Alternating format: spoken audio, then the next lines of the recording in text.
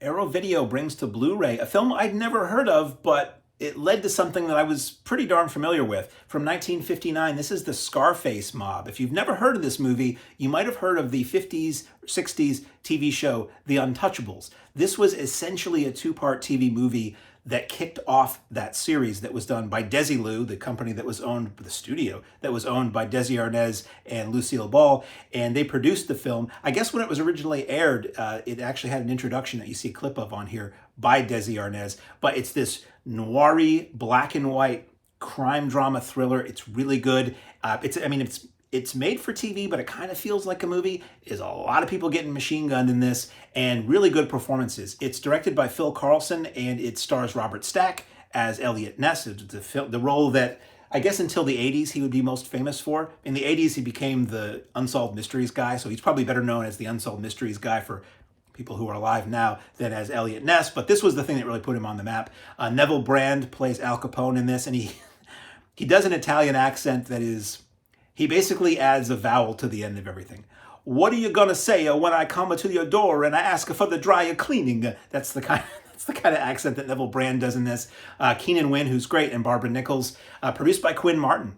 And it's in English with English SDH subtitles, black and white, 4:3. It does open up with the words Desilu Presents, and it was released, I believe, by Desilu Releasing. There's something in the extras where you see the trailer or you see in the still gallery one of the posters, and it's interesting just to see, because I so associate Desilu with I Love Lucy or Star Trek or the other things they produced, and just it's weird to see it in anything cinematic. And it's narrated by Walter Winchell, who would go on, I believe, to narrate the Untouchables TV series. I never watched the Untouchables TV series because it was just never on when I was a kid. That era and that time in my life when I would just devour any old TV I could find, because that's most of what was on during the day. We didn't have the Untouchables, I think because it was an hour-long show, and at some point in syndication, hour-long shows fell out of favor, and they just became harder to see. It's like why it was always so hard to see the hour-long episodes of The Twilight Zone, is because it was like just that one season, and we're not talking about The Twilight Zone. Sorry, I go off on tangents. Sometimes I go off on a tangerine. So it's basically the story of Elliot Ness forming this squad of basically uncorruptible, unbribable lawmen from around the country to help him take on Al Capone's Prohibition-era bootlegging operation and crime operation, thus being named the Untouchables, in that nobody could touch them, nobody could bribe them into the side of darkness. And it's just a fun movie. I mean, if you're familiar with the Untouchables, a lot of people may only be familiar with the Brian De Palma movie that was based on the show or based on the book that this film is based on. It's the same idea. And this basically does tell a complete arc. This is a self-contained thing. So don't think that this is just an hour and a half of Prohibition-era racket busting stuff and then it has this open-ended thing. It doesn't. It basically tells you how Al Capone ends up. It tells you what happens to everybody in the end. So it's interesting in that it lives as its own thing, and then when you watch the Untouchables TV show, it then expands that world and goes back into it.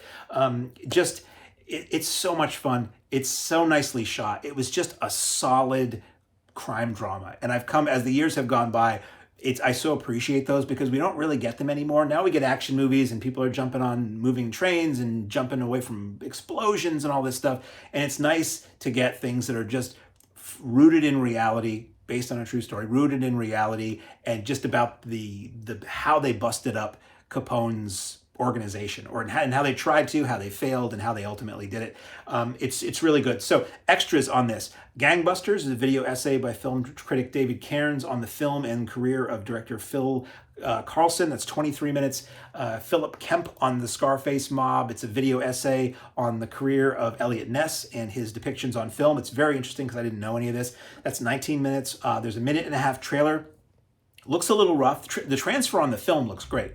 Razor sharp, nice black and white, very crisp. The trailer looks a little beat up, but it's fun and bombastic with the splashy words across the screen and narration and the way it's cut. And then there's image galleries. There's two. There's 27 images of posters, and then stills, lobby cards, and publicity